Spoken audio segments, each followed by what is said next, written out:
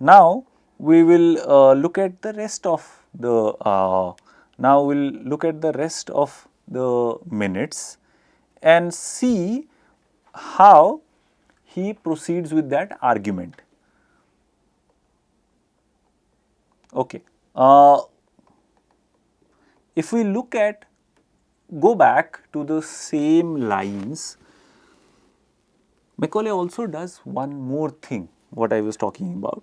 He's already made two very important hegemonic blocks here. Hegemonic and homogenized block, that all Europeans are writing great literature. So that's why a good European library, a shelf in good European library. So all the languages there, Portuguese, French, English, to take German, take the name of few, all of them are actually good. The entire East, in that sense, the language, the native literature of India and Arabia, all of this is bad, right?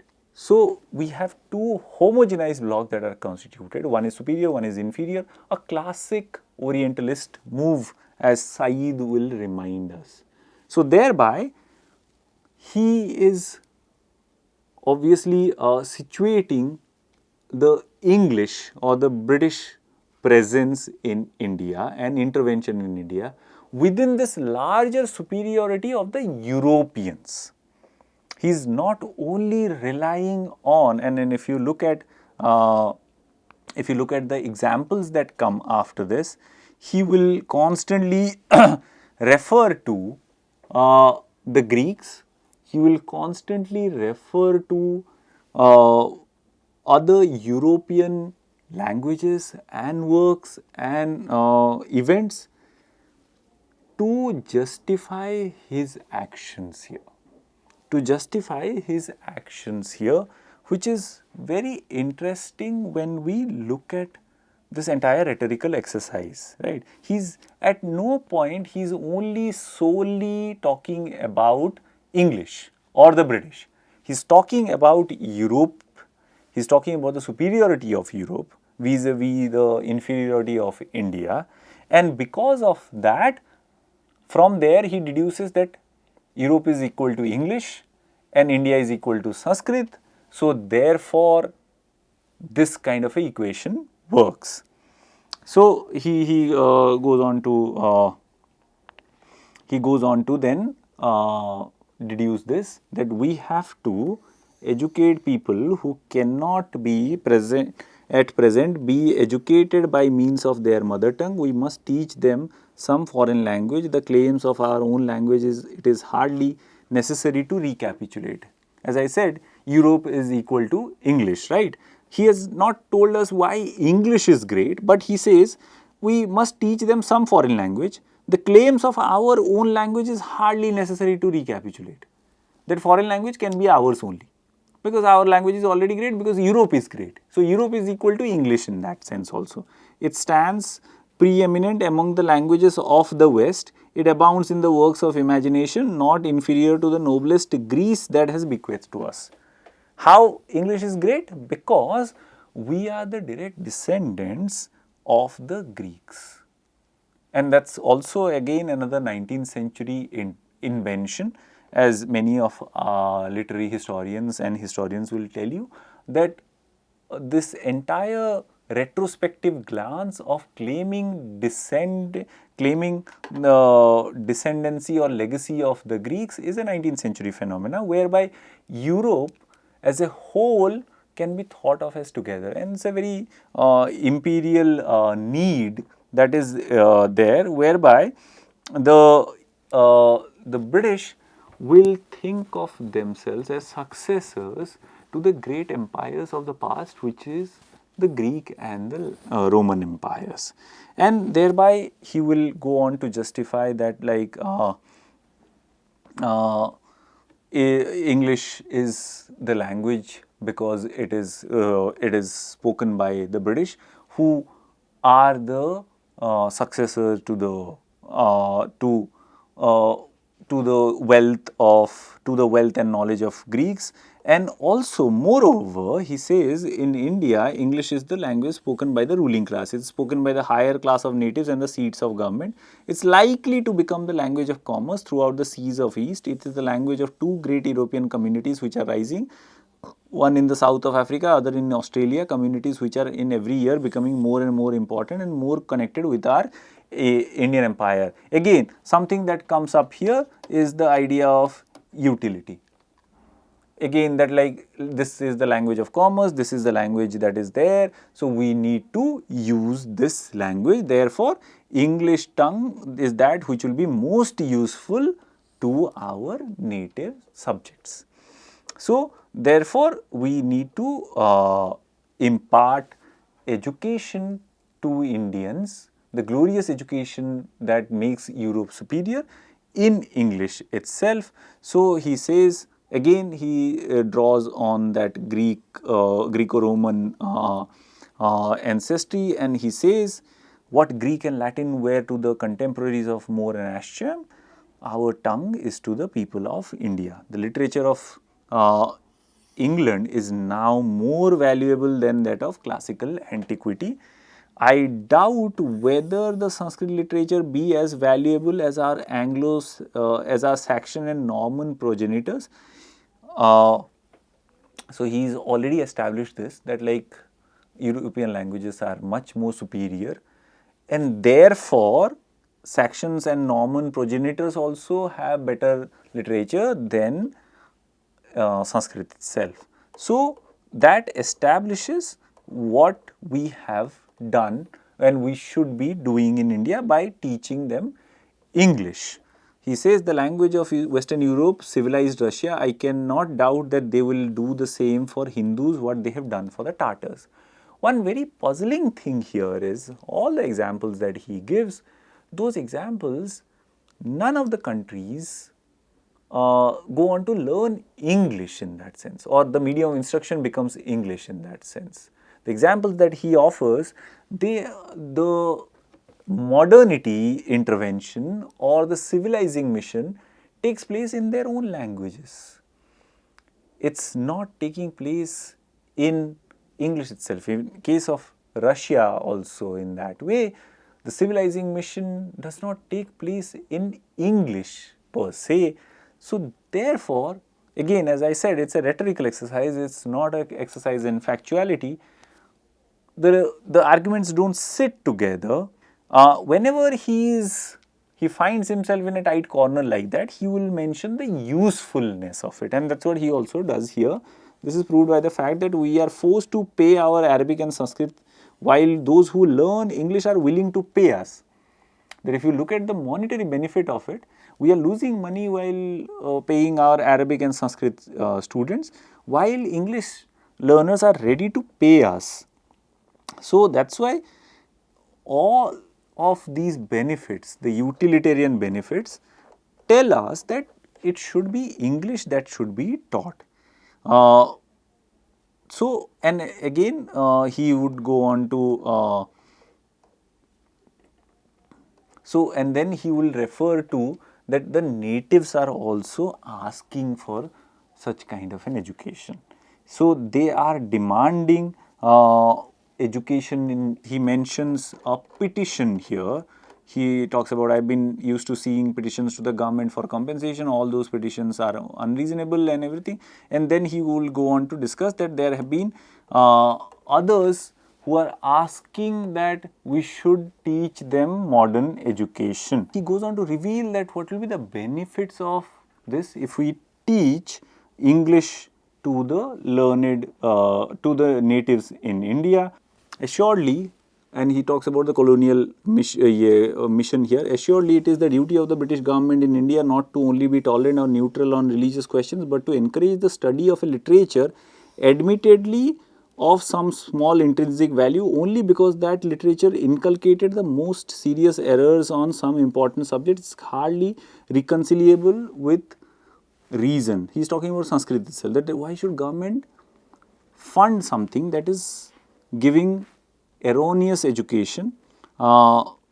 It's confined that a language is barren of useful knowledge and serious charges he we are to teach it because it is fruitful of monstrous superstition. We are to teach false history, false astronomy, false medicine because we find them in the company of a false religion. You can hear the evangelist here. As I said, one of the competing forces was evangelists also. So through Macaulay, you can hear the evangelist's charge against continuing in Sanskrit, because that is also a false religion that it propagates, talking about Hinduism itself. And according to the evangelist, obviously, this was a false religion because of idolatry and other related concerns that the Christian missionaries had.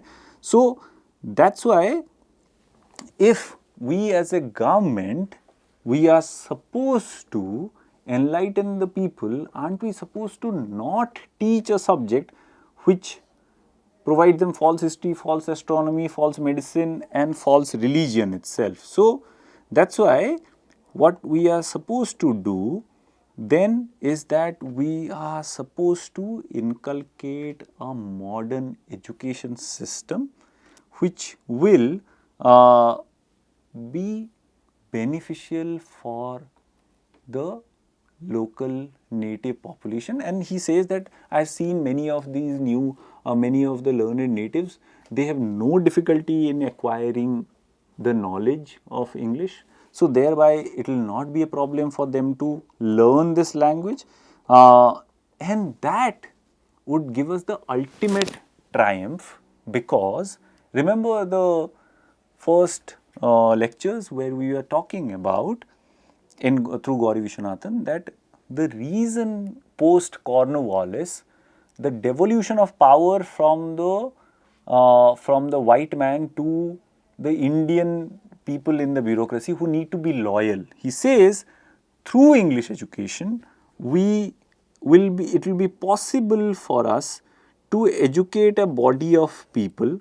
We must at present do our best to form a class who may be interpreters between us and the millions who we govern. So this devolution of power wants us, and because of utility again, as I said, remember that it will be far more cheaper to actually raise a group of people who will work as administrators in India than to have all the administrators brought from England. So, and if we want these people to be loyal to us, then we should teach them English. A class of person, Indian in blood and color, but English in taste and opinion, in morals and intellect. To that class we may leave it to refine the vernacular dialects of the country, to enrich those dialects in terms of science borrowed from Western nomenclature, and to render them by degrees fit for vehicles conveying knowledge to the great mass of population. So what we then can have is that we will raise such a group of people, loyal people, who will then be loyal to the Raj itself. And that seals the discussion in their favor, because ultimately, as I said, English was a governmental project. As Gauri Vishwanathan also reminded us in her book, that English literature was brought in, and this education in English was brought in, and specifically English literature that was taught was brought in as a compromise, that it ensured, first of all, ease of governance, because then you don't have to teach many languages. You just have to teach one language, that is English, and in which there will be least amount of money spent, because you don't have to train people so much. You only have to train the natives. You don't have to train the educators in that sense. And already Indians are learning English. You then also are paying your dues to the Christian missionaries, because you are stopping Sanskrit and Arabic learning through the government is not going to promote Sanskrit and Arabic learning, because, and that as a result will not benefit the false gods, as he says, right? The false religion, as he says, and kind of paves or clears the way for the Christian missionaries without the government explicitly having to do so. And also, the third thing that it does, it also imposes it kind of explicitly brings out the superiority of the British Raj itself, right? That our language is what you need to learn. Your languages are inferior. So thereby your languages, like the vernaculars, one of the between this struggle between the Orientalist and the Anglicist, one of the great damages that is done is to the vernaculars of India, because they don't get attention anywhere. Only the dialects are called in to discredit India's literary and scientific merit. So, by doing all of this, what Macaulay ensures is the pole position of English and the relatively inferior position of Sanskrit and Arabic, and also diminishing powers of the vernaculars, because he thinks if we have only English, it ensures a certain complicity in the Raj, and it also takes out the possibility, because he is afraid that if we promote the vernaculars, that might actually lead to a voice against the Raj. So thereby, English as a language and as a literature comes as a compromise to many of these competing discourses and ensures ease of governance for the colonial administration. We will stop here and we'll look at what the implementation of this and the implementation of this policy meant socially, culturally and intellectually in terms of the rise of writings in English itself in the next classes. Thank you.